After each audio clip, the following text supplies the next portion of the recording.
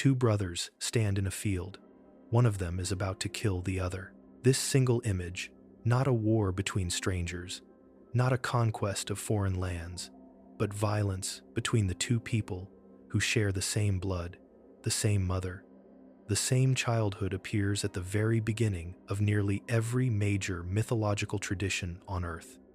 In the Hebrew Bible, it is Cain rising against Abel in a field outside Eden, the first death in human history, committed not by a monster or an enemy, but by a brother. In Rome's founding legend, it is Romulus killing Remus over the boundary line of a city that does not yet exist, a murder so foundational that the entire Roman state is built, literally, on top of it. In Egypt, it is Set dismembering his brother Osiris and scattering the pieces across the length of the Nile. In Zoroastrian Persia, it is not two brothers, but two primordial twin spirits, Ahura Mazda and Angra Mainyu, who choose opposite paths at the dawn of existence and become, respectively, the source of everything good and everything evil in the universe forever after.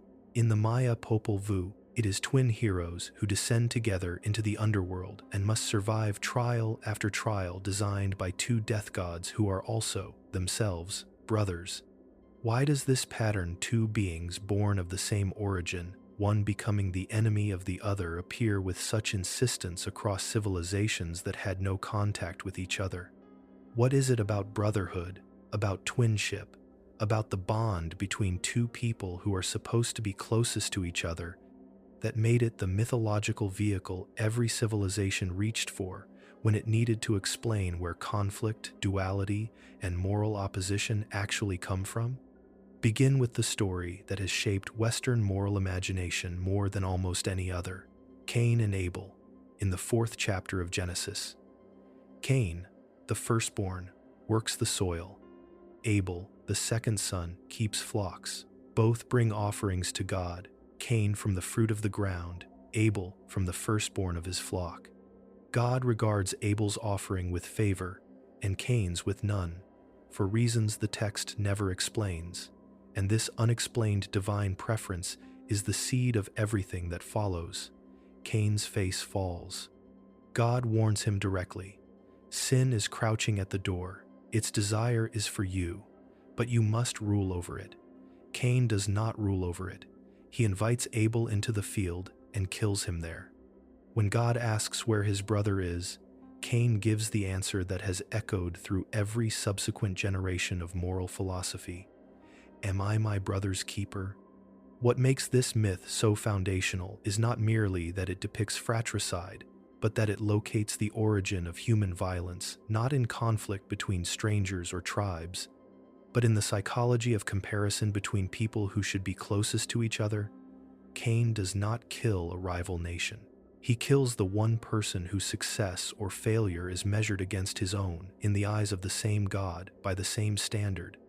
This is a myth about sibling rivalry elevated to cosmic significance, the claim that the deepest source of human evil is not external threat but the unbearable experience of being loved, favored, or validated less than someone standing right beside you. The punishment God gives Cain is itself psychologically precise, not death, but permanent restlessness, a wandering existence, and a mark that simultaneously identifies him as a murderer and protects him from being murdered in turn. Cain must live with what he did, visibly, forever, unable to settle, unable to escape the consequences by dying quickly. The myth insists that this particular sin violence against a brother cannot simply be erased by punishment. It has to be carried. Rome's founding myth takes this fratricidal violence and builds an entire civilization directly on top of it, in a way that is startlingly explicit about what it is doing. According to the account preserved by Livy and other Roman historians, the twins Romulus and Remus, abandoned as infants and raised by a she-wolf, grow up to found a new city on the banks of the Tiber. But they disagree about where exactly the city should stand and who should rule it, and they decide to let the gods settle the matter through augury, watching for signs in the flight of birds. Remus sees 6 vultures first. Romulus later sees 12. Each brother claims victory by a different standard: Remus by priority, Romulus by quantity, and the dispute escalates until Romulus begins building the wall of his new city. Remus, mocking the wall's modest height, leaps over it to demonstrate how easily it could be breached.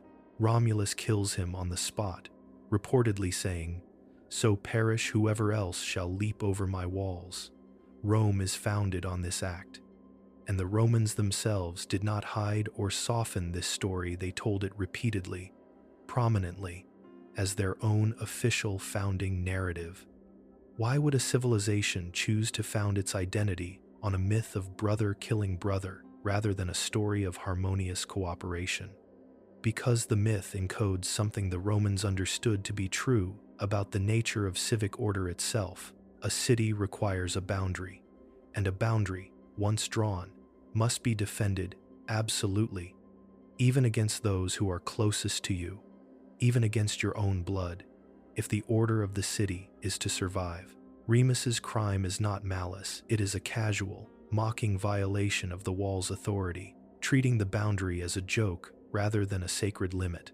Romulus's response is disproportionate by any ordinary moral standard, and the Romans knew it was disproportionate, and they told the story anyway, because the myth is not really about two brothers. It is about the terrifying, necessary violence required to establish any boundary between order and chaos, and about how easily that violence, once justified, becomes the foundation stone of everything built afterward. In Egypt, the conflict between brothers becomes the central organizing myth of the entire civilization's understanding of kingship, legitimacy, and cosmic order. Osiris, the eldest son of the earth god Geb and the sky goddess Nut, rules as the first king of Egypt, teaching agriculture and law to a humanity that had previously lived without civilization. His brother, Set, associated with the chaos of the desert, with storms, with everything that lies beyond the fertile, ordered land of the Nile Valley, grows envious of Osiris's rule and murders him in the fullest version of the myth, recorded by the Greek writer Plutarch, drawing on Egyptian sources. Set tricks Osiris into lying inside an elaborately decorated chest built to his exact measurements, seals it shut, and casts it into the Nile. When Osiris's wife Isis recovers the body and briefly restores it to life, Set discovers this, dismembers Osiris into 14 pieces, and scatters them across the length of Egypt to prevent any possibility of reassembly and resurrection. What is philosophically distinctive about the Egyptian version of the sibling conflict myth is its explicit mapping onto the physical landscape and the political structure of the state itself. Osiris represents the fertile, ordered, cultivated land brought to life each year by the Nile's flood. Set represents the red desert, the chaos beyond the black soil, the disorder that always threatens to encroach on cultivated civilization. Their conflict is not merely a family drama, it is the mythological expression of the literal, daily, geographic tension every Egyptian farmer lived inside. The eternal border between the fertile valley and the surrounding desert, between the world sustained by predictable order and the world governed by unpredictable violence. And crucially, the Egyptian myth does not end with the death of Osiris. His son Horus, conceived after his father's brief resurrection, grows up to challenge Set for the throne, and after an extended mythological conflict involving both combat and legal arbitration before a divine tribunal, Horus is granted the kingship while Set is given a different, subordinate role, associated with the deserts and foreign lands beyond Egypt's borders. This resolution is significant. It, too, Set, is not annihilated. He is contained, given a place within the cosmic order rather than eliminated from it entirely, because for the Egyptians, chaos was not something that could be permanently defeated. It could only be managed, held at the margins, kept in its proper place through the ongoing, ritually renewed authority of a legitimate king. Every living pharaoh, identified with Horus, was understood to be perpetually reenacting this victory over Set, because the threat Set represented was not a one-time historical event, but a permanent structural feature of reality that required permanent active management. In ancient Persia, the sibling conflict myth undergoes its most radical philosophical transformation, moving from a story about two individuals to a foundational cosmological principle governing the entire structure of existence. In Zoroastrian tradition, recorded in the Avesta and associated with the prophet Zoroaster, who most scholars place sometime between 1500 and 1000 BCE, the supreme god Ahura Mazda has, in some formulations of the tradition, a twin spirit named Angra Mainyu, or in later Middle Persian sources, Ahriman. At the beginning of existence, these two spirits, born together, are each presented with a fundamental choice between truth and falsehood, between order and chaos, and they choose oppositely.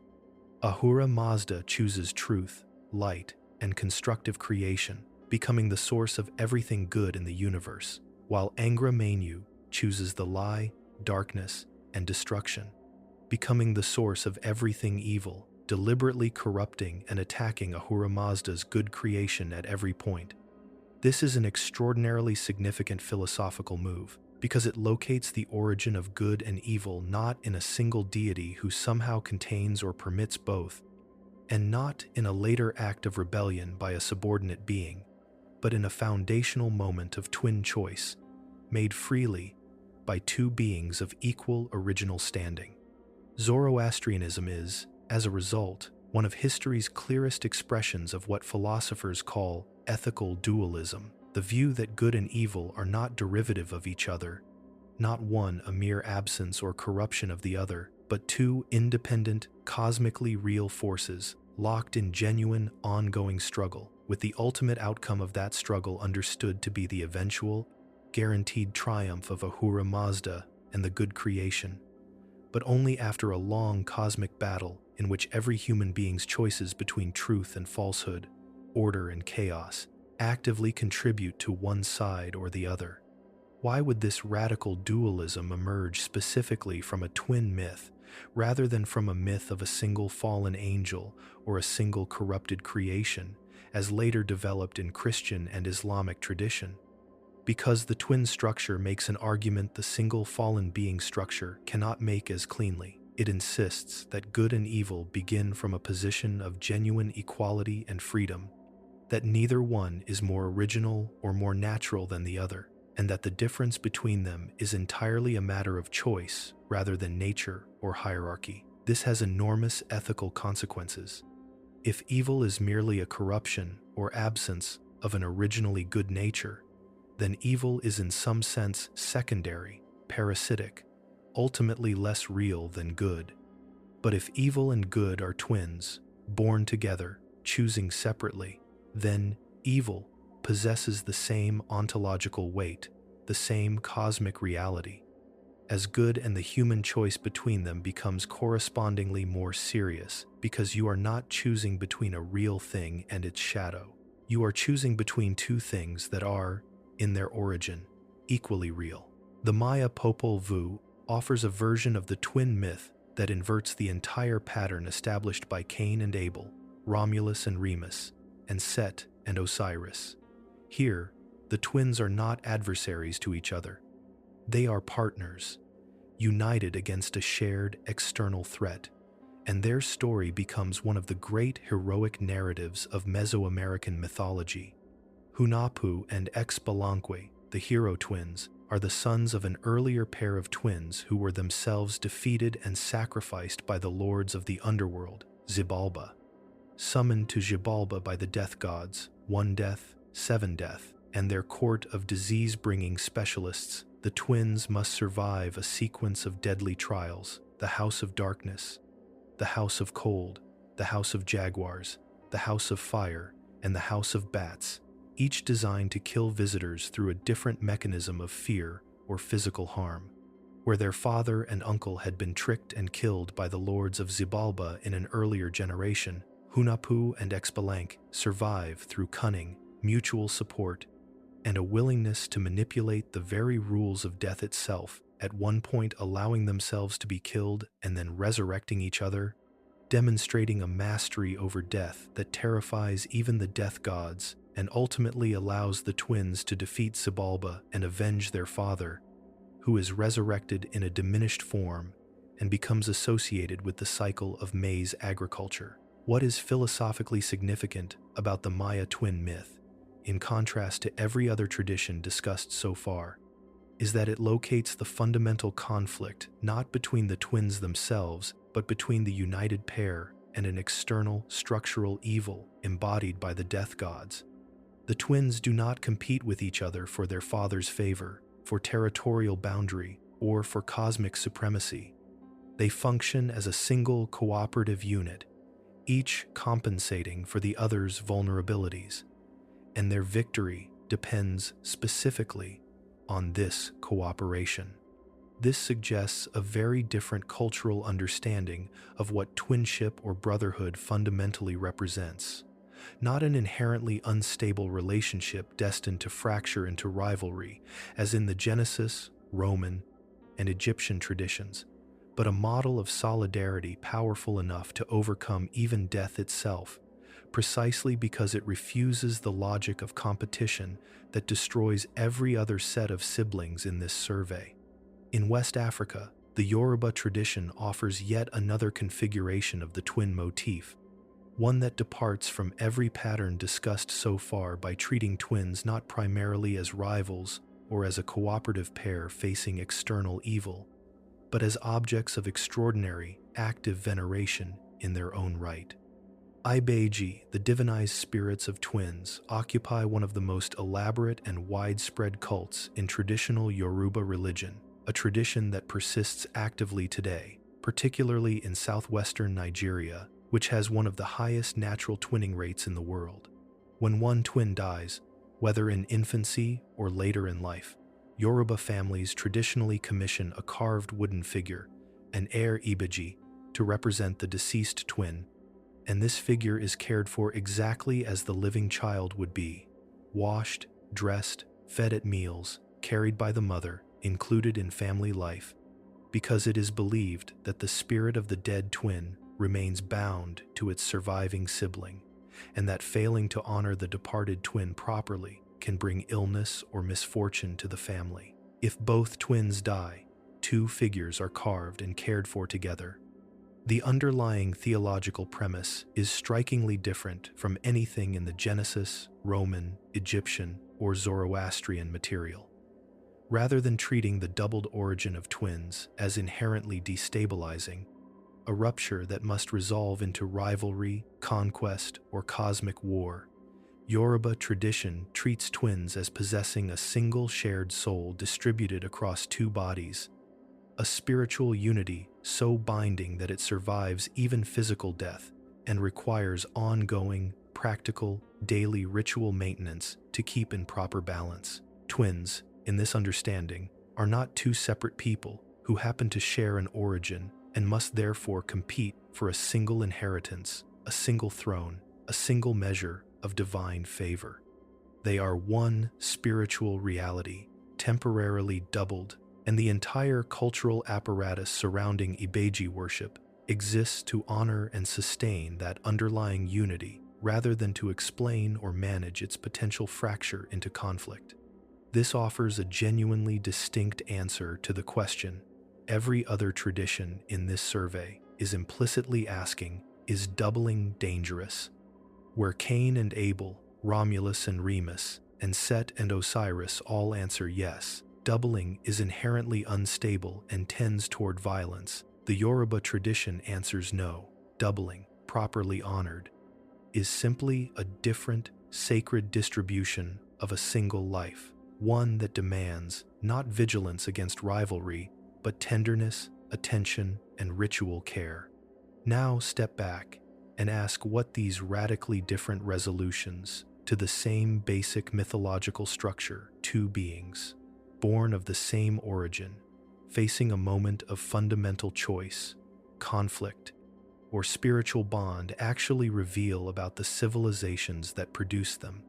The Hebrew tradition emerging from a people without political sovereignty for much of their formative history, locates the origin of violence in the internal psychological experience of unequal divine favor, and insists that the resulting guilt must be carried, visibly, permanently, rather than resolved through punishment or death. The Roman tradition, emerging from a civilization obsessed with the founding and defending of political boundaries, locates the origin of civic order in an act of fratricidal violence that is disturbing precisely because it is efficient, decisive, and successful.